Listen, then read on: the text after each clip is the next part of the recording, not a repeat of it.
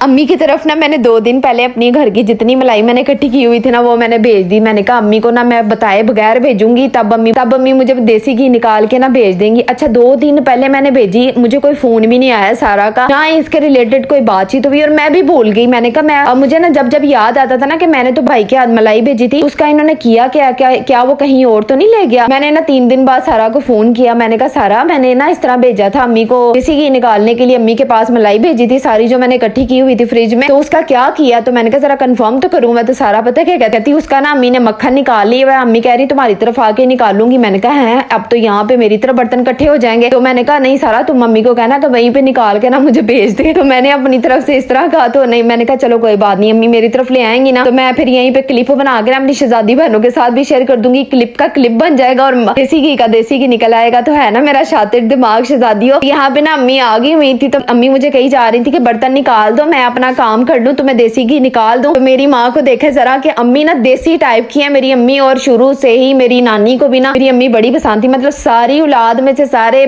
बच्चों में से ना मेरी अम्मी उनको बड़ी पसंद थी और वो बहुत ज्यादा मेरी अम्मी का नाम लेती थी। भी अम्मी के घर में बहुत ज्यादा थी, तो मुझे नानी भी याद आ गई और साथ में अम्मी के काम देख के ना मुझे बड़ी खुशी हो रही थी। तो अम्मी मुझे कह रही थी कि मेरे सर पे खड़ी हो जाओ और साथ साथ तुमने जो रिकॉर्डिंग करनी है वो भी कर लो, और दूसरा ये कि तुम देसी घी बनाना भी सीख लो। मैंने कहा अम्मी मैं सीखूंगी नहीं और मैंने हर दफा आपसे ही निकलवाना है, ये मेरी आदत हो गई है कि हाथ से ना निकलवाऊं, मुझे सुकून नहीं मिलता। आप लोग मुझे इसमें कामचोर को कुछ भी को शहजादी हो मुझे बुरा नहीं लगेगा, क्योंकि माँ बाप के हाथ जिस चीज में लग जाते हैं ना उसमें बरकत ही बरकत होती है। तो यहाँ पे अम्मी ने बस इसको मक्खन को पतीली में डाला और बस इसको तैयार कर रही थी। इस दौरान ना लाइट भी बड़ी चली गई थी। मैंने कहा हाय हाय, जब भी मैंने इस तरह का काम करना होता है ना, कोई क्लिप लेना होता है, तो आजकल लाइट बहुत ज्यादा जा रही है। बस यहाँ पे तैयार हो रहा था, अब इसको अम्मी छान रही थी अच्छी तरह से सारा। हम लोगों ने फिर इसको सेव कर लिया था। वीडियो अच्छी लगे, क्लिप अच्छा लगे तो लाइक करना मत भूलिएगा, फॉलो करना तो लाजमी बनता है जनाब।